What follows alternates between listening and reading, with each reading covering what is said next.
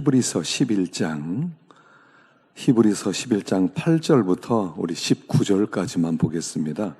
히브리서 11장 8절부터 우리 19절까지.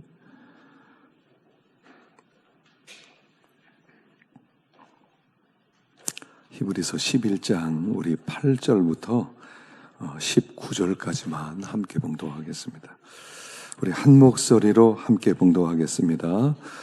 믿음으로 아브라함은 부르심을 받았을 때 순종하여 장래의 유업으로 받을 땅에 나갈새 갈 바를 알지 못하고 나갔으며 믿음으로 그가 이방의 땅에 있는 것 같이 약속의 땅에 거류하여 동일한 약속을 유업으로 함께 받은 이삭과 야곱과 더불어 장막에 거하였으니 이는 그가 하나님이 계획하시고 지으실 터가 있는 성을 바랐습니다. 믿음으로 사라 자신도 나이가 많아 탄산하였으나 잉태할 수 있는 힘을 얻었으니 이는 약속하신 이를 미쁘신 줄 알았습니다.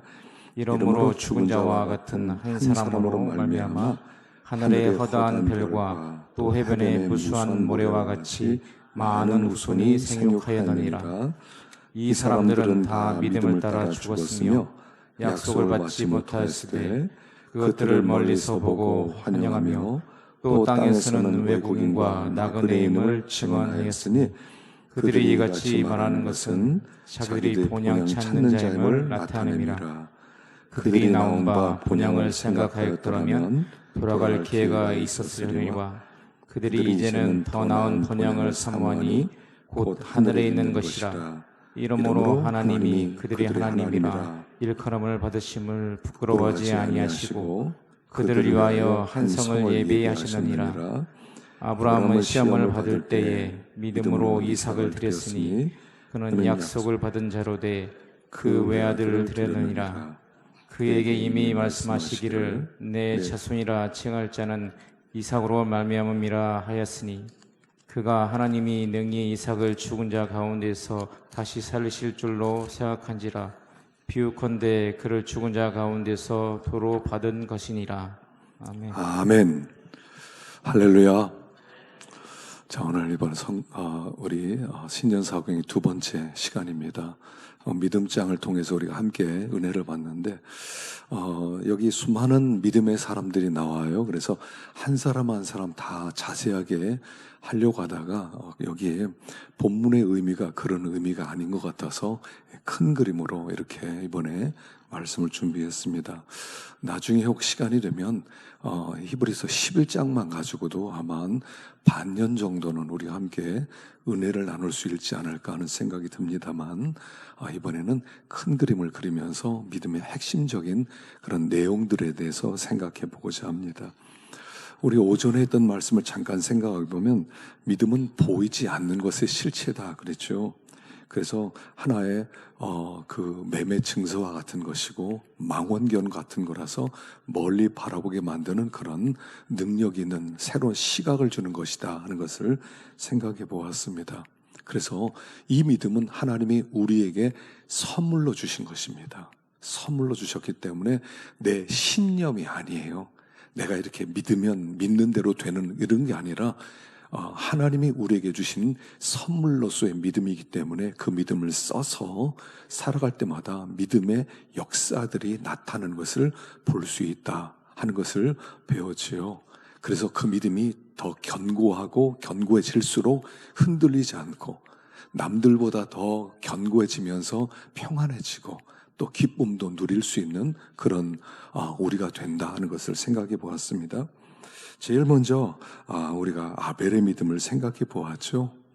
아벨은 목숨 걸고 예배를 드렸다 하는 것입니다. 목숨 걸고. 그 예배는 뭐냐면 목숨 걸고 예배자가 되는 절대적 예배자가 되게 만드는 힘. 내가 받은 은혜를 생각할 때 결코 가만히 있을 수가 없죠. 나 같은 자에게 베풀어 주신 은혜를 생각할 때 나에게 은혜 주신 그 하나님을 우리는 높일 수밖에 없고 감사할 수밖에 없고 찬양할 수밖에 없는, 그래서 믿음은 반드시 예배자로 만든다는 겁니다. 그 예수를 믿으면 예배자로 거듭나는 거예요. 우리가 예수를 믿으면 예배자가 되는 것입니다. 그리고 예배에 목숨을 거는 거예요. 아벨은 예배를 드리고 목숨을 드렸습니다. 예배 드리다가 죽었죠. 우리는 그 아벨의 후예들, 그래서 주님을 만난 다음에 우리는 예배자가 되는 것이다. 어떤 것보다 인생의 가장 중요한 가치, 그것은 예배다 하는 것이에요. 그걸 발견한 사람이 믿음을 받은 사람들이다. 그래서 일생 살아가면서 전 예배자가 돼야 돼요. 올 한 해 전 예배자가 되셔야 됩니다.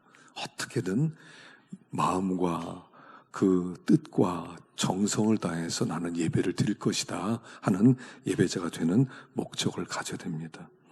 두 번째, 에녹의 믿음을 생각해 보았습니다. 하나님을 만나고 나면 동행하게 된다고 그랬죠. 그분이 내 안에 와 계신 것을 알게 되면 그때부터 동행이 시작됩니다. 이제는 내 뜻대로, 내가 하고 싶은 대로, 내 계획대로 하는 것이 아니라 내 모든 계획을 내려놓고 그분의 계획에 나를 맞추는 것이다. 그래서 하루하루 무슨 일이 벌어질지 모르죠. 하나님이 어디로 어떻게 인도하실지 모릅니다. 그런데 그분이 나를 이끌어가면 전혀 생각할 수 없는 그런 일들이 벌어지게 되는 것이고, 그것이 천국 생활하는 것이다. 천국 가서 어떻게 살 것인가 하는 것을 여기서 우리는 훈련받는 거예요. 천국 가서, 여러분 천국 가시면 어떻게 살겠습니까? 거긴 주님과 완전히 하나 되어서 그분과 더불어 살지 않겠습니까? 그 삶을 여기에서 사는 것, 바로 그것이 동행하는 것이다 그랬어요. 그래서 에녹은 하나님의 음성을 듣고 나서 그때부터 하나님과 300년 동안, 3세기 동안 그는 하나님과 동행했다 이렇게 나오죠. 세 번째는 노아의 믿음 그랬습니다. 노아는 하나님의 말씀을 듣는 은혜를 받았어요. 우리가 은혜를 입었다 하는 것은 뭐냐면 말씀이 들려졌다는 거예요. 내 머리를 도끼로 내려쳤다는 겁니다. 그래서 각성이 일어나는 것, 그게 믿음이 우리에게 주는 힘이라고 그랬어요. 들려지는 거예요. 안 들렸던 말씀이 들려져요. 여러분 성경을 자꾸 읽다 보면 어느 순간인가 성경이 막 은혜가 되면서 성경이 나를 끌어당기는 것을 체험해요. 아마 성경 읽는 분들은 다 체험했을 겁니다. 성경이 나를 막 이끌어가기 시작해요. 성경이 나를 불러요. 어느 순간에 하나님 성경이 나를 불러서 성경을 읽지 않고는 견딜 수 없는 마음이 생기는 때가 있어요. 은혜 받으면 그래요. 그래서 우리가 이 은혜를 또 회복해야 돼요. 말씀 읽기 너무 어렵다. 시간이 안 난다. 그 은혜를 못 입어서 그래요. 하나님 나에게 올해는 은혜를 좀 주셔서 우리 맥체인 한 번 정도는 성경을 읽을 수 있는 좀 은혜 좀 베풀어 주십시오. 그래서 성경을 펴면 성경이 나에게 말씀을 하는, 그래서 마음이 새로워지는 그런 은혜가 좀 있게 해주십시오. 이런 결단이 필요하지요. 그리고 나서 하나님이 방주를 만들어라. 그러니까 자기가 남은 생에는 방주 만든 일에 전심전력을 다했어요. 우리 신앙생활은 뭐냐면 방주 만드는 일이에요. 방주 만드는 일은 자기를 건축해 가는 거라고 그랬죠. 지극히 거룩한 믿음에 자기를 건축해 가라. 우리는 건축하는 사람들이에요. 그래서 우리의 믿음을 점점 더 견고하게 건축해서 하나님 앞에 가지고 갈 때는 믿음을 가지고 가는 거예요. 우리 하나님은 믿음만 기뻐하시거든요. 믿음이 없이는 하나님을 기쁘시게 할 수 없나니 하나님께 나아가는 자는 반드시 그가 계신 것과 자기를 찾는 자들에게 상 주시는 이심을 믿어내느니라. 이게 믿음이란 말이에요. 하나님은 살아계신다. 그 하나님은 믿음만 상대하세요. 그렇기 때문에 우리가 방주 만드는 일은 믿음 만들어 가는 거, 모든 삶의 환경을 통해서 모든 환경을 이용해서 믿음을 만드는 거지, 환경을 우리가 그 환경 속으로 들어가서 좋은 환경을 만들고 뭐 편안한 환경을 만들고 잘 사는 환경을 만들고 이런 게 아니라는 거예요. 환경을 이용해서 내 믿음을 만드는 건 이게 방주 만드는 일 그랬습니다. 그래서 우리가 방주 만드는 일을 잘 해야 되겠다 하는 것입니다. 자, 그 다음에 이제 아브라함의 믿음입니다. 8절 보겠습니다. 8절부터 10절까지를 보겠습니다. 8절에서 10절까지 읽어보겠습니다. 시작. 믿음으로 아브라함은 부르심을 받았을 때에 순종하여 장래의 유업으로 받을 땅에 나아갈새 갈 바를 알지 못하고 나아갔으며 믿음으로 그가 이방의 땅에 있는 것 같이 약속의 땅에 거류하여 동일한 약속을 유업으로 함께 받은 이삭 및 야곱과 더불어 장막에 거하였으니 이는 그가 하나님이 계획하시고 지으실 터가 있는 성을 바랐습니다. 네, 여기 아브라함은 믿음으로 아브라함은 이렇게 나와요. 아브라함의 믿음을 통해서 우리에게 보여주는 게 뭐냐 하는 거죠. 제일 먼저 그가 본토 친척 아버지 집을 떠났다는 거죠. 하나님이 그를 부르셨어요. 본토 친척 아버지 집을 떠나서 내가 너에게 지시한 곳으로 가라. 이게 아브라함의 믿음은 첫 번째예요. 하나님이 우리를 그렇게 부르신단 말입니다. 믿음은 떠나게 만들어요. 신앙은 떠남으로 말미암아 만들어지는 거예요. 떠남으로 말미암아 우리의 신앙이 자라는 거예요. 그래서 떠나는 거예요. 내가 지금 익숙한 곳, 편안한 곳. 그런데 아브라함이 살았던 곳은 어디입니까? 우상 땅이에요. 아브라함은 우상 장사꾼이었어요. 우상을 파는 삶이었어요. 그런데 안정된 삶이었어요. 거기는 자기가 얼마든지 장사해서 돈을 많이 벌 수 있었고 주변의 모든 사람을 다 알고 거기는 그 자기의 조상들이 준 그런 땅도 있고 그러니까 그는 그곳을 떠날 이유가 없어요. 근데 하나님이 본토 친척 아비 집을 떠나라 합니다. 떠나야 믿음이 시작되는 거예요. 근데 우리가 힘들어하는 거예요. 떠나는 걸 힘들어해요. 우리는 그 땅에서 안주하고 싶어요. 그 익숙한 곳에서 그걸 버리고 싶지 않아요. 떠나는 것은 뭐냐면 모험하는 거거든요. 너무 익숙하고 너무 잘 살고 아무런 문제가 없는데 그걸 떠나라는 거예요. 왜냐하면 거기가 잘못된 땅이니까, 잘못된 생활을 하고 있으니까, 망할 세상이니까 떠나라. 그 땅을 떠나라 하는 거예요. 그리고 떠나기 시작할 때 그때부터 믿음이 자라요. 안 떠나면 우리는 거기서 안 떠나면 내가 알아서 다 살 수 있어요. 하나님이 뭐 특별히 안 도와주셔도 돼요. 하나님이 뭐 특별히 안 붙들어 주셔도 돼요. 그냥 하나님이 있으나 없으나 똑같아요. 우리가 때때로 그렇게 섬기잖아요. 하나님이 있으나 없으나 아무렇지 않은 삶. 하나님이 안 도와주더라도 아무 아쉬울 것 없는 삶. 거긴 떠나야 될 땅이라는 거예요. 잘못된 삶을 살아가고 있다는 거예요. 그걸 떠나야 믿음이 자라요. 우리가 믿음이 자라지 않는 이유는 안 떠나서 그래요. 떠나야 되거든요. 그 자리에서는 믿음이 자랄 수가 없어요. 그 잘못된 삶 속에서는 아무런 얻어질 게 없어요. 남는 게 없어요. 그래서 하나님 우리를 부르시는 거예요. 본토 친척 아비 집을 떠나면 갈대우르라고 하는 것은 당시 가장 문명이 발전된 곳이에요. 거긴 모든 게 다 있어요. 근데 거기를 떠나서 하나님이 지시하는 곳, 어딘지도 몰라요. 그냥 지시하는 곳으로 와. 오늘 여기까지 가라. 그럼 얘하고 거기까지 가는 거예요. 그 다음엔 어디를 갈까요? 그 다음에 저기까지 가라. 예, 그럼 거기까지 또 가는 거예요. 이게 얼마나 불안한 삶입니까? 얼마나 많은 위기가 있는 삶이겠습니까? 그러니까 그 땅에서는 하나님을 의지할 수밖에 없는 땅이에요. 하나님 도와주세요. 하나님 내일 어떻게 살아야 돼요? 하나님 어디로 가야 돼요? 아버지 저쪽에 가면 거기에는 화적들이 있다고 하는 소문을 들었는데 어떻게 해야 돼요? 이렇게 가는 삶이에요. 하나님 우리가 안주하는 것을 좋아하지 않으세요. 하나님이 없어도 되는 땅, 그게 애굽이죠. 애굽은 뭐냐면 하나님이 안 도와줘도 돼요. 그냥 나일강이 있어서 나일강의 그 물로 충분히 농사 지을 수 있고 거기서 충분히 목축할 수 있고 충분히 행복하게 살 수 있어요. 하나님이 안 필요한 땅이 애굽이에요. 가나안 땅은 어떤 땅입니까? 거기 비가 내리질 않아요. 비가 내리질 않기 때문에 하늘을 바라봐야 돼요. 하나님 비를 주세요. 비를 주세요. 하나님께 간절히 비를 구할 때 하나님 비를 주시는 땅이에요. 하나님이 거기로 가라는 거예요. 하나님 없이 살 수 없는 곳으로 가라는 거예요.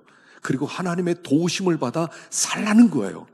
너의 능력으로 살지 말고, 너의 실력으로 살지 말고, 너의 실력으로 살고 있는 그 땅을 벗어나라. 바로 그게 아브라함 믿음은 첫 번째였다는 거예요. 떠나셔야 돼요. 잘못된 그 삶을 벗어나셔야 돼요. 하나님의 은혜 아니면 살 수 없는 땅으로 하나님 우리를 초대한다는 거예요. 그때 믿음이 자라요. 우리가 시간이 지나면서 어떻게 믿음이 좀 자라세요? 제가 볼 때 믿음이 안 자라는 것도 보니까 믿음이 이렇게 저렇게 자라셨더라고요. 믿음이 그래도 믿음이 좀 자랐구나 이렇게 보이긴 해요. 근데 아주 이렇게 크게 성장을 하지 못하는 이유는 뭐냐면 그냥 편안한 곳이 좋거든요. 그냥 편안한 곳에 우리가 정착하려고 하기 때문에 믿음이 잘 안 자요. 하나님께 우리가 기도 안 하는 이유가 뭐겠습니까? 안 도와줘도 괜찮은데 뭐.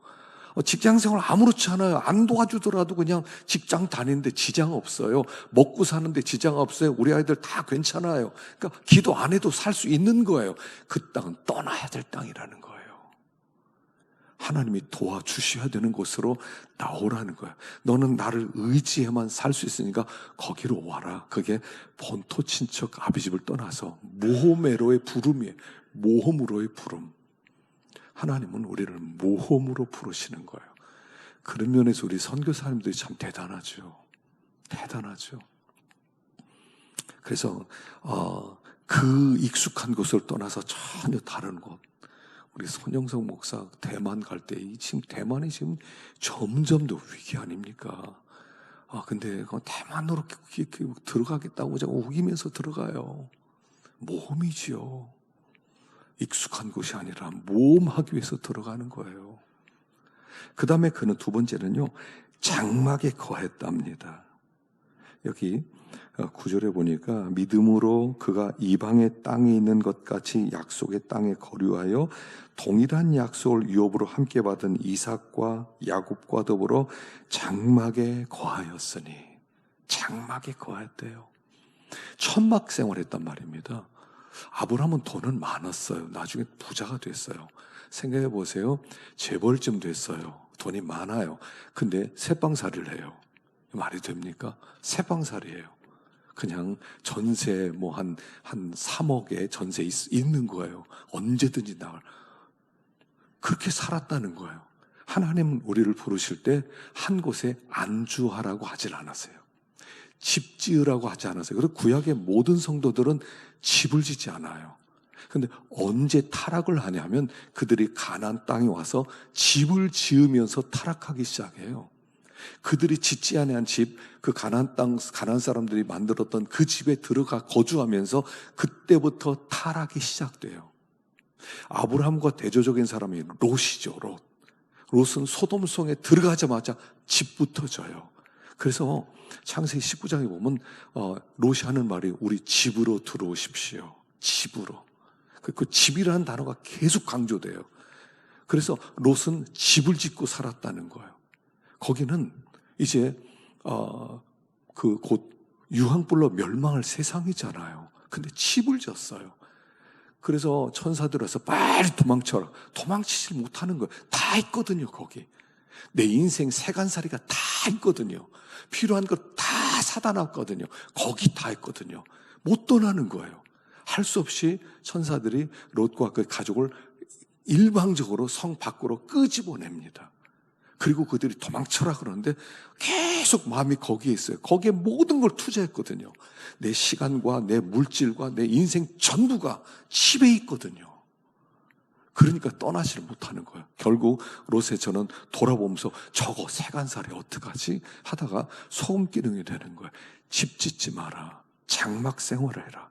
그 얘기는 지금도 새빵살해라 이런 뜻이 아니고요. 마음을 이 땅에 두지 말아라 이런 뜻이에요. 이 땅에 두지 말아라. 땅에 뭐든지 쌓아두지 말아라. 이 땅은 마치 시한폭탄이 장치되어 있는 세상과 같다. 집안에 시한폭탄이 하나 딱 장치되어 있다고 생각해 보세요. 그래서 이게 언젠가 터진다. 언젠지 모르는데 터지면 끝난다. 그러면 거기 살 수 있겠어요? 이 땅은 시한폭탄이 장치된 세상과 같다는 거예요. 그러니까 장막 생활하라는 것은 뭐냐면 순례자로 살아가라. 나그네처럼 살아가라. 외국인 노동자들이 와서 무슨 보니까 뭐 컨테이너 박스 같은 데다 뭐 이렇게 방을 만들고 거기서 살게 만들더라고요. 그럼 그렇게 사는 거예요. 우리가 장막 생활 한다는 것은 뭐냐면 이 땅의 주인공이 아니라는 거예요. 주변인이에요. 여러분, 외국인 노동자가 여기서 일을 하지만 주인공들입니까? 그냥 값싼 노동력 이용해서 열심히 일 부려먹고 월급 주고 자기 고향으로 가려고 기다리고 있는 거잖아요. 그들은 거기서 어떤 때는 인권도 무시를 할 때가 많지 않습니까? 주변인이라는 거예요. 장막 생활하는 것은 주인공 노릇하면서 여기서 모든 것을 얻을 생각하는 게 아니라는 거예요. 우리는 나그네라는 거예요. 아브라함은 나그네로 그 땅을 아브라함과 이삭과 야곱이 함께 장막 생활했대요. 언제든 가라. 그러면은 천막 딱 잡고 갈 수 있도록 장막 생활했다는 것입니다. 세 번째는 여기 부활을 체험하는 믿음이 있는데 이게 다른 얘기로 이런 뜻입니다. 여호와 이레 하나님을 체험하는 믿음이었다는 거야. 여호와 이레. 그래서 백세 아들을 낳게 되죠. 백세 아들을 낳습니다. 그 이름이 이삭이에요. 근데 그것을 로마서에서는 아브라함이 부활을 체험했다 이렇게 봐요. 부활을 체험했다고 설명을 해요. 그 얘기는 다른 얘기로 하나님이 그에게 준비한 이삭을 그가 얻었다 이런 뜻이에요. 우리가 믿음으로 살면 하나님이 예비한 축복을 만나게 됩니다. 그들은 100세 되었을 때 아이를 낳으리라고 생각을 못했어요. 사라는 90세고 아브라함은 100세고 우리가 아이를 낳을 수 있을까? 못 낳을 거야. 그런데 믿음을 가지고 있었더니 하나님이 이삭을 주더라는 거예요. 예비하신 축복. 나중에 이삭을 모리아산에 바쳐라 그래서 바치려고 올라갔더니 하나님이 예비하신 그 순양을 만나는 거죠. 여호와 이레 하나님을 체험하는 거예요. 자, 우리가 믿음으로 살면요. 믿음으로 살면 하나님이 예비한 축복을 받는 거예요. 우리가 2023년에 믿음으로 살면 내가 계획한 것이 아니라 하나님이 계획한 축복을 받는다는 거예요. 믿음으로 살면 하나님이 예비한 축복이 있다는 거예요. 하나님이 예비한 이삭이 있다는 거예요. 하나님이 예비한 순양이 있는 거예요. 믿음으로 살기만 하면 우리의 삶에 전혀 생각하지 못했던 어떤 하나님을 만난다는 거예요. 그게 부활을 체험하는 거예요. 그래서 그게 간증거리가 되는 거예요. 아무 생각도 안 했는데 생각지도 않게 이런 일이 생겼네. 여호와 이레 하나님의 축복이죠. 믿음으로 살면 하나님이 나를 위해 계획한 거, 믿음으로 살지 않으면 하나님이 예비한 걸 못 받아요. 그러나 믿음으로 살면 예비한 것을 얻게 되는 거예요. 올해 하나님이 여러분들 위해서 예비하신 축복을 받으시기를 축원합니다. 반드시 있어요. 그건 몰라요. 하나님이 예비해 놓으셨거든요. 하나님이 믿음으로 사는 자를 위해서 준비해 놓은 것들이거든요. 그러니까 내 계획 속에 있는 게 아니에요. 내 계획 속에 전혀 없었어요. 근데 하나님의 계획 속에 그게 있었단 말이에요. 믿음으로 살면 이런 여호와 이레 하나님을 만난다 하는 것입니다. 그 다음에 11 넘어가세요. 자, 모세 믿음 한번 보십니다. 24절 모세 믿음을 보겠습니다. 자, 24절부터 26절까지 읽어보겠습니다. 시작.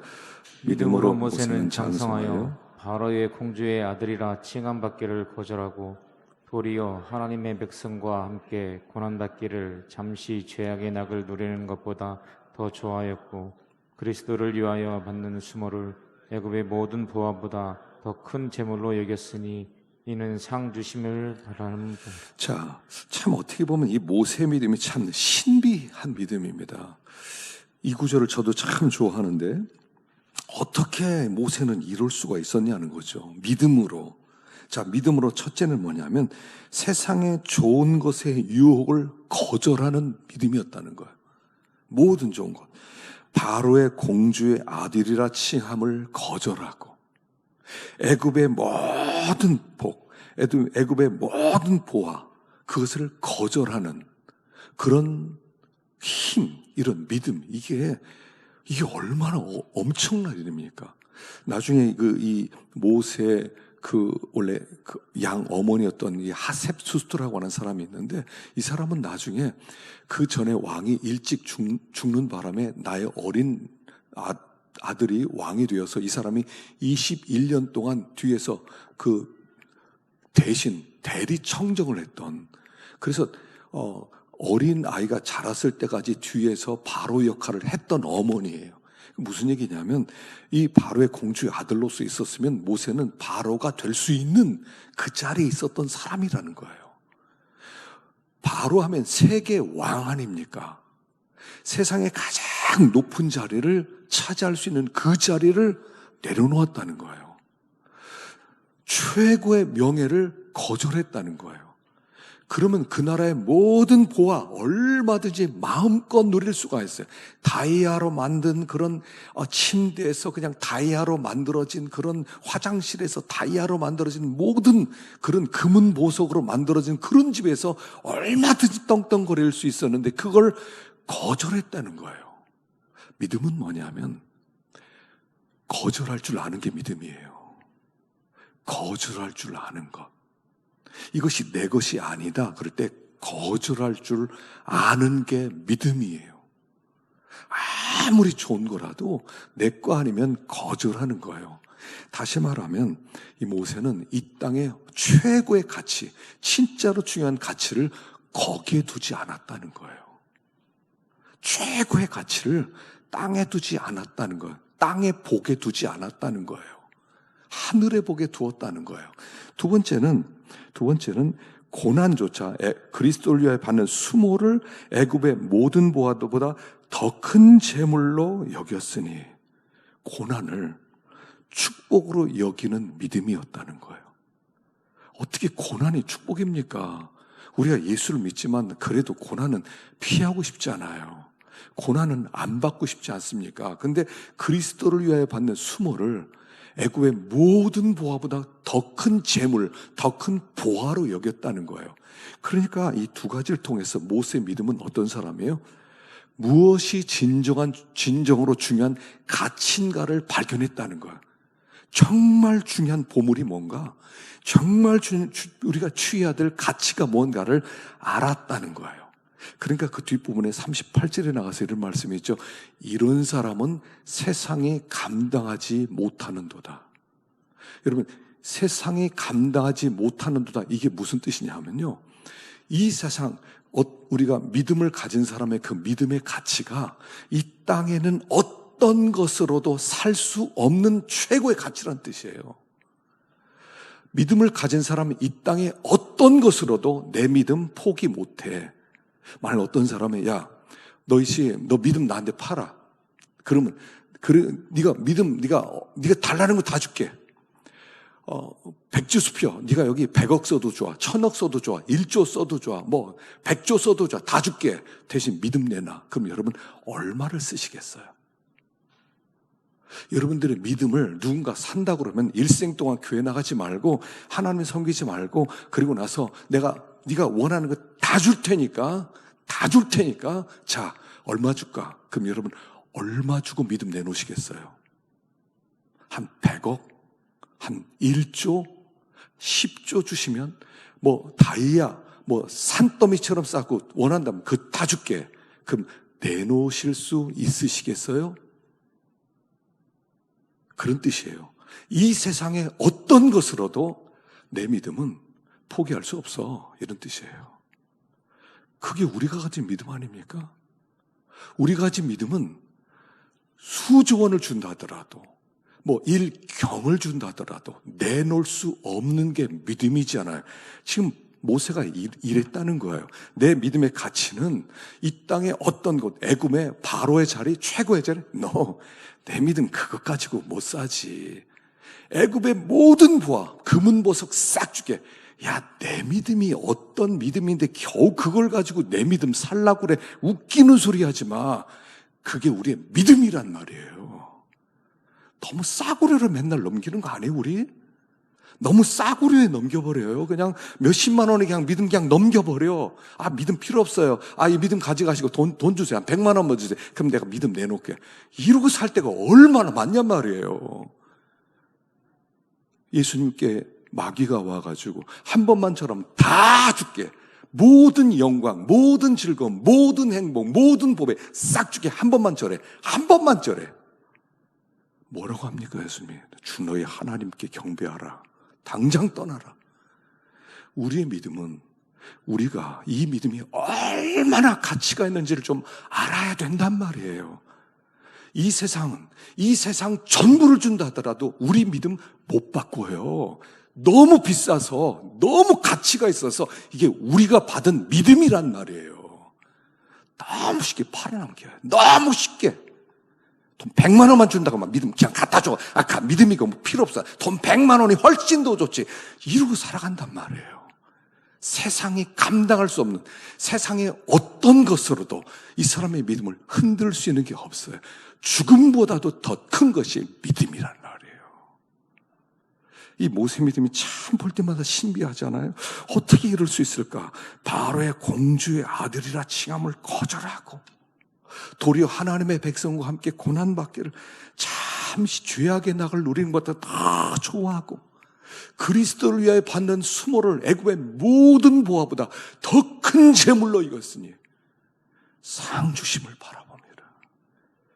우리가 가진 이 믿음은요, 이 믿음은 영생이에요. 하나님 나라의 상속자가 되는 거예요. 하나님을 아빠라고 부르는 이 복이란 말이에요. 이 믿음을 도대체 이 세상에 무엇으로 바꿀 수 있냐? 무엇으로 바꿀 수 있어요? 이 믿음을. 너무 쉽게 팔아넘기지 말라는 얘기예요. 다 100만 원만 주면 믿음, 다 믿음이고 뭐가 없어. 돈 100만 원이 얼마나 좋은데 그 100만 원 붙들고 앉아있어.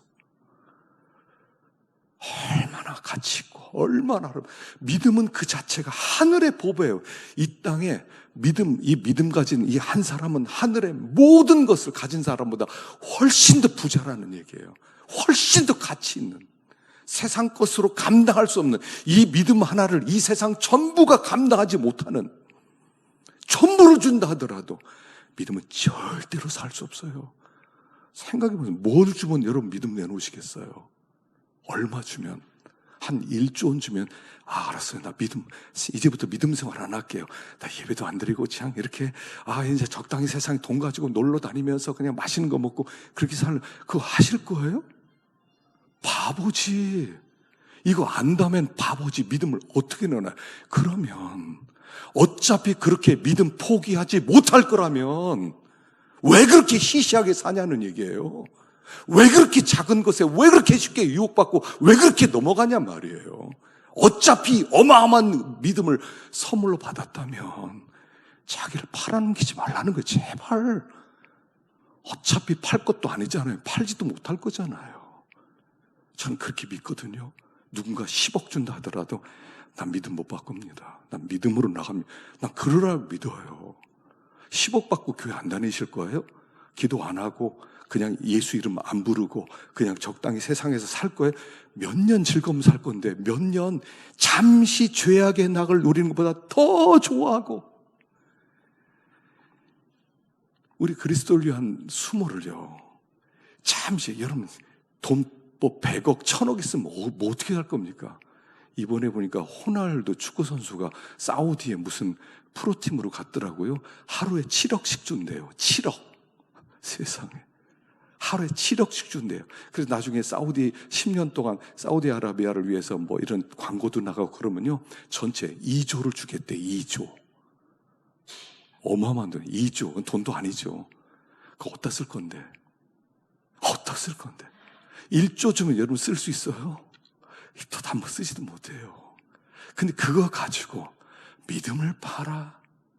적어도 우리의 믿음은 100조, 1000조, 1경 가지고도 바꿀 수 없는 보배 중에 보배라는 뜻이에요, 지금 이게. 모세가 보여주는 믿음이 그 믿음이라는 너무 값비싸서 어마어마한 믿음을 우리에게 선물로 하나님이 주셨다는 거예요. 이 믿음을 가지고 사는데 왜 이렇게 시시하게 자꾸 세상 바라보고 돈 조금 더 더 조금 이러고 사냐 말이에요. 우리가 이 믿음 가지고는 담대하게 이 모세처럼 가진 게 없어요. 나중에 쫓겨나서 모세가 돈이 얼마나 있었겠어요. 아무것도 없지만 그래도 모든 것을 가진 것처럼 그런 마음의 부유함으로 살았다는 얘기를 하는 거예요. 믿음의 가치는 이 세상에 있는 것으로 살 수 없음, 그걸 지금 증명하고 있다는 거예요. 이게 우리예요. 놀랍지 않아요? 우리는 이렇게 신비한 사람들이라는 얘기를 하고 있는 거예요. 자, 세 번째 여호수아 믿음인데요. 30절 읽어보겠습니다. 30절 시작. 믿음으로 7일 동안 여리고를 도니 성이 무너졌으며. 믿음으로 7일 동안 여리고를 돌았어요. 하나님이 이 여호수아에게 가나안 땅을 정복해라. 이 가나안 땅을 정복하는데 첫 번째 성이 여리고 성이에요. 이 첫 번째 여리고는 뭐냐면 가나안 땅에서 가장 강력한 성이라는 뜻이에요. 나중에 보니까 이 성이 얼마나 컸는지 그 성벽을 전차가 양쪽으로 다닐 수 있는, 양쪽으로 달리면서 뛰놀 수 있는 그 두께가 12m? 어마어마하게 그런 성이었단 말이에요. 이런 성은 무너뜨릴 수가 없어요. 그런데 하나님이 여호수아에게 그 성을 무너뜨리라 하는 말씀을 주신 거예요. 이건 우리에게 주신 명령과 같다는 겁니다. 여러분, 여리고 성을 점령하라는 거예요. 우리에게는 여리고 성이 있단 말이에요. 여리고 성은 무슨 뜻이냐면 내 힘으로 정복할 수 없는 성, 이런 뜻이에요. 그게 여리고 성이에요. 근데 각자 모든 사람들 앞에 여리고 성이 하나씩 있어요. 그게 죄악의 성일 수도 있고요, 탐욕의 성일 수도 있어요. 근데 이런 내 힘으로 어쩔 수 없는 성이 내 앞에 딱 도사리고 있다는 거예요. 어마어마한 성 하나가 도사리고 있다는 거예요. 저 성을 무너뜨려 보아라. 우리가 어떤 일을 할 때 항상 이렇단 말입니다. 큰 성이 하나가 딱 내 앞에 놓여져 있는 거예요. 그리고 나서 이 성을 무너뜨려라. 하나님이 말씀을 주셨습니다. 그런데 이 성을 어떻게 무너뜨려요? 하나님이 말씀을 주세요. 말씀을 주세요. 야, 성 무너뜨려야 되는데 내 말 잘 들어. 하루에 한 바퀴씩 돌아. 6일 동안 하루에 한 바퀴씩 돌아. 그리고 7일째 날 7바퀴 돌아. 그리고 소리를 질러. 뭐 할 것도 없어요. 그러면 예 하고 알았습니다 하고 그냥 한 바퀴 돌면서 6일 돌아왔어요. 7일째 되는 날 소리 질러라. 야, 소리를 지르니 와르르 무너져요. 와르르 무너져요. 그 성을 정복해요. 여호수아의 믿음은 순종하는 믿음이었다는 거예요. 하나님이 우리에게 여리고 성 무너뜨리라 너의 힘으로 이렇게 말하지 않았다는 거예요. 내가 무너뜨릴 때니 너는 순종해라, 이렇게 말씀하셨어요. 믿음을 가진 사람은 순종하는 거예요. 우리가 순종을 하면 하나님의 역사를 일으키신다는 거예요. 하나님이 하시겠다는 거예요. 우리 항상 내가 하려고 그러니까 늘 그 앞에 무너지는 거야. 이건 안 돼. 이건 안 돼. 이건 도대체 할 수 없는 일이야. 그리고 그 성 앞에 우리는 돌아서는 거예요. 근데 하나님이 그냥 순종해라. 내가 너에게 원한 것은 네가 순종하는 것이다. 그리고 순종만 하면 되는 거예요. 가나안 땅은 어떻게 정복해요? 순종함으로 정복되는 땅이에요. 여리고는 어떻게 무너져요? 순종함으로 무너지는 성이에요. 우리 앞에는 여리고는 어떻게 무너져요? 하나님 말씀 앞에 순종하기만 하면 하나님이 하시는 거예요. 믿음을 가진 자는 그래서 순종하는 거예요. 뭐 큰 일을 하라는 게 아니에요. 그냥 순종만 하라고 그러는 거예요. 순종만 해라. 우리나라에 여러분 1907년에 장대현 교회에서 굉장한 부흥이 일어났죠. 전 세계적으로 찾아볼 수 없는 그런 대부흥이 1907년 장대현 교회에서 일어났어요. 근데 이것이 어떻게 시작됐냐면 1903년에 그 불꽃이 시작된 거예요. 그때 선교사님 중에 누가 있었냐면 토마스 하디라고 하는 선교사님이 있었어요. 이분이 영국 출신이에요. 영국은요, 미국 사람하고 다르게 영국 사람들은 뭐가 있냐면 우리는 뼈대 있는 집안이라는 거죠. 그러니까 영국 신사다 그러면 미국 사람들도 좀 어려워하는, 진짜 양반 앵글로 섹슨족, 아주 굉장히 품 있는. 지금도 미국의 정치계에서는 앵글로 섹슨족이 굉장히 유명한 가문이잖아요. 그래서 가문이 미국도요, 양반 쌍놈 다 있어요. 근데 영국 출신에다 이 사람은 의사예요. 정식 의사. 그러니까 이 사람이 헌신해서 선교사로 왔는데 보니까 이 사람 굉장히 철저하게 성경 공부도 잘 시키고 그 전도도 열심히 했는데 부흥이 안 되는 거예요.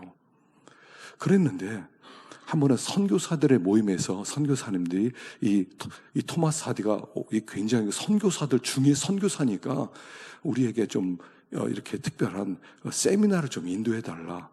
제목은 효과적 기도라고 하는 제목으로 한 3번에 걸쳐서 우리에게 세미나를 인도해달라고 부탁을 받아요. 그리고 알았다고 하고 준비하는데 준비하다가 은혜를 받아요. 왜 내가 선교하는데 선교가 잘 안 되고 부흥이 일어나지 않는가? 효과적 기도라고 하는 걸 준비하면서 하나님이 마음에 주신 말씀이 너 때문이다 그러더래요. 너는 마음에 뭐가 있으냐? 너도 모르는 사이에 내가 영국 사람이다. 나는 귀족 출신이다. 이런 교만함과 다른 선교사와 다르게 난 정식 의사다. 이런 교만함과 조선에 왔을 때 한국 사람들의 그 비천함을 바라보면서 무시하고 있지 않았느냐. 너 때문에 안 되는 거다. 그래서 그가 이 선교사 세미나를 하면서 그때 그들 앞에서 통곡을 하면서 회개를 해요. 내가 교만했습니다. 부흥하지 못하는 것은 내가 교만해서 난 영국 사람이고 난 의사고 조선인들은 내 말 듣지도 않고 그런 마음이 자기도 모르게 있었다. 그래서 그걸 선교사들 앞에서 통해 그때부터 거기에서부터 불이 붙기 시작해요. 그리고 1904년에 원산에서 부흥이 일어나고요. 그 부흥의 불꽃이 1907년에 장대현교에서 타버리는 거예요. 그리고 그가 이걸 깨달았대요. 자기는 의사고 자기는 영국 사람이고 공부도 제대로 했고 자기는 엘리트고 자기는 실력이 있고 얼마든지 이 조선을 바꿀 수 있을 거라고 생각했는데 아무런 일도 안 일어나는 거예요. 그리고 그때부터 하나님 앞에 내려놓고 하나님 하십시오. 당신이 하셔야 됩니다. 그리고 모든 것을 내려놨더니 부흥이 일어나는 거예요. 이걸 깨달았어요. 내가 하려고 그러면 안 돼요. 항상 우린 이거예요. 내가 하려고 그래. 내가 할 수 있나 없나? 어떤 걸, 그럼, 이건 내 능력이 안 되는데, 못하겠습니다. 이런단 말이에요. 하나님은 뭐라고? 너 순종만 해. 일은 내가 해. 일은 내가 해. 부흥은 누가 하는 거예요? 하나님이 하시는 일이에요. 근데 우리는 내가 하려고 그래. 저 여리고성 내가 무너뜨려야지. 여리고성을 어떻게 내가 무너뜨려요? 내가 하나님이 한다. 너희는 순종만 해라 그랬는데. 3년 6개월 동안 비가 오지 않은 땅에 하나님 엘리야에게 내가 비를 주리라. 비를 주리라. 그 말씀을 들고 그가 기도하잖아요. 올라가서 산꼭대기 올라가서 하나님 비를 주신다고 했습니다. 비를 주십시오. 뭐가 보이느냐? 아무것도 없습니다. 비를 주십시오. 비를 주십시오. 하나님께 기도했더니 하나님의 약속대로 비를 주는 거예요. 비를 누가 줘요? 하나님이 주는 거지. 엘리야가 비를 내리게 했어요? 아니에요. 어떤 일이 되어졌으면 하나님이 하신 거예요. 내가 자꾸 하려고 그래요. 내가 뭐 하겠대요. 내가 여리고성 무너뜨리겠습니다. 내가 뭐 한번 해보겠습니다. 내가 비를 내리게 하겠습니다. 내가 뒤집어 버리겠습니다. 내가 뭐 하겠습니다. 됩니까? 하나님 일은 하나님이 하시는 거예요. 믿음은 뭐냐면 나는 순종하는 거예요. 내 역할은 순종하는 거, 하나님은 일하시는 거. 우리는 말씀만 받아들이고 순종만 하면 돼요. 그럼 하나님이 하세요. 올 한 해는 하나님이 하시도록 순종합시다. 하나님이 하시도록. 우리가 하는 일은 작은 걸 거예요. 그러나 작은 순종이지만 그 작은 순종을 통해서 하나님은 큰 일을 하시는 거예요. 아니, 여리고성 하루에 한 바퀴 도는 거 이게 뭐 별거였습니까? 그래서 순종하는 거예요. 하나님 시키는 대로. 그랬더니 하나님이 일하시는 거예요. 하나님이 일하시도록 기회를 드리는 것, 이게 믿음이다 하는 걸 보여준 사람이 여호수아였다 하는 것입니다. 마지막 4번째는 기생 라합이지요. 31장입니다. 읽어봅시다. 시작. 믿음으로 기생 라합은 정탐꾼을 평안히 영접하였으므로 순종하지 아니한 자와 함께 멸망하지 아니하였도다. 자, 기생 라합의 이야기에 유명한 이야기죠. 기생이에요. 기생은 어떻습니까? 아주 천덕꾸러기죠. 천덕꾸러기예요. 지금도 옛날에 이런 일이 있었답니다. 어떤 분을 권사를 시켰대요, 교회에서. 그랬더니 기존 권사들이 다 권사직 사임을 했대요. 왜 그랬냐니까 교회에서 세우는 그 권사님이 전쟁통에 일어났을 때 이 사람이 술집을 운영했다고. 술집을 해서 몸파는 이런 거 했는데 그 사람이 예수 믿었다고 권사를 세웠다고 그래서 교회 모든 권사님 다 사임을 한 적이 있어요. 생각해보세요. 이게 기생 라합 이야기예요. 기생 라합 이야기라고요. 그냥 몸 팔고 술 팔고 이랬던 사람이에요. 그러니까 가장 가치 없는 사람인 거예요. 그러니까 그 여리고 성 내에서는 기생 라합 그러면 이 여자하고 안 잡은 남자가 없을 만큼 기생이었어요. 천덕꾸러기죠. 근데 하나님이 그를 불러내셨다는 거예요. 정탐꾼들이 들어갑니다. 정탐꾼이 들어가서 발각이 되죠. 그 기생 라합이 그를 숨겨줍니다. 옥상에 숨기고 그 위에 볕단을 좀 가리고 어디 갔느냐? 그러니까 나갔습니다. 만일 그때 이게 발각되면 야, 이 집을 샅샅이 뒤져라 해서 발각됐으면 기생 라합은 그냥 죽는 거예요. 그런데 기생 라합이 정탐꾼을 숨겨줌으로 말미암아 후에 가난 모든 사람이 죽을 때 살아나는 거예요. 무슨 얘기입니까? 믿음이란 무엇라고요? 나의 가장 귀한 것을 드리는 게 믿음이에요. 믿음은 시시한 걸 바치는 게 아닌 기생 라합이 어차피 천덕꾸러기의 내 생명, 저 사람들을 살릴 수 있다면 내 생명을 내어놓는다. 그 순간에 그는 여리고를 포기하는 거예요. 자, 우리 하나님은요, 우리에게 이 시험이에요. 가장 귀한 것을 가져오라는 거예요. 네가 가진 가장 귀한 것 가져와라. 그럼 내가 가장 귀한 것을 돌려주겠다. 그렇게 말씀하는 거예요. 그래서 믿음은 뭐냐면 하나님께 나의 가장 귀한 것을 드리고 싶은 거예요. 기생 라합이 가지고 있었던 게 도대체 뭐겠어요? 그냥 생명 하나였겠죠. 자기 생명을 걸고 정탐꾼을 숨겨주는 거예요. 그래서 하나님께서 그를 뭐를 주세요? 생명을 주시는 거예요. 이 땅의 생명을 가져오면 하늘의 생명을 주시는 거예요. 그럼 뭐가 더 이익이 되겠습니까? 이 세상에 생명을 드렸더니 하늘의 생명으로 부여함으로 돌려주셔서 후에 그가 이 기생 라합의 아들이 보아스잖아요. 보아스예요, 보아스. 보아스가 룻을 만나는 거예요. 그러니까 고조 할머니입니까? 현조 할머니입니까? 아주 룻이 며느리예요. 기생 라합의 며느리가 되는 거예요. 자기의 목숨 하나를 바쳤더니 메시아의 족보에 참여하는 이런 은혜를 입는 거 아니겠어요? 믿음은 뭐다? 나의 가장 귀한 것을 가져오는 거다. 자, 우리 하나님은 이겁니다. 하나님께 나가는 자는 반드시 그가 계신 것과 자기를 찾는 자들에게 상 주시는 이심을 믿어야 할지니라. 우리 하나님은 상 주시는 하나님이라는 거예요. 그게 믿음이에요. 이 히브리서에 얘기하는 믿음 두 가지예요. 하나님은 살아계신다, 그분께 오면 상 주신다. 이 두 가지예요.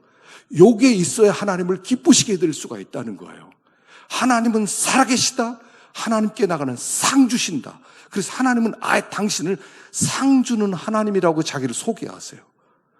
의의 면류관, 생명의 면류관, 금면류관, 면류관 얘기가 많이 나와요. 나는 상 주는 하나님이다. 우리 하나님은요, 받은 것에 대해서 가장 좋은 것으로 돌려주시는 상 주시는 하나님이시라는 거예요. 그게 우리의 믿음이어야 된다 하는 얘기예요. 그래서 아까워하지 마세요. 뭐 이렇게 아까워해요. 뭐 이렇게 아까워. 하나님이 우리를 구원하기 위해서 예수님 보내주신 생명 주셨는데 뭐 그거 가지고 그냥 아까워서 못하겠습니다. 힘들어서 못하겠습니다. 뭐 이러고 있어요. 하나님께 가장 귀한 것을 내놓으면 우리 하나님은 공짜 없어요. 반드시 돌려주세요. 이게 신앙의 선조들의 고백이었다는 얘기예요. 최고를 가져와라. 최고를 주겠다. 나의 최고와 하나님의 최고와 어떤 게 더 수지 맞는 거냐 말이에요. 우리 하나님이 최고를 주겠다. 너의 최고를 가져라. 그래서 믿음을 가진 사람은 최고를 가져온다 하는 얘기란 말입니다.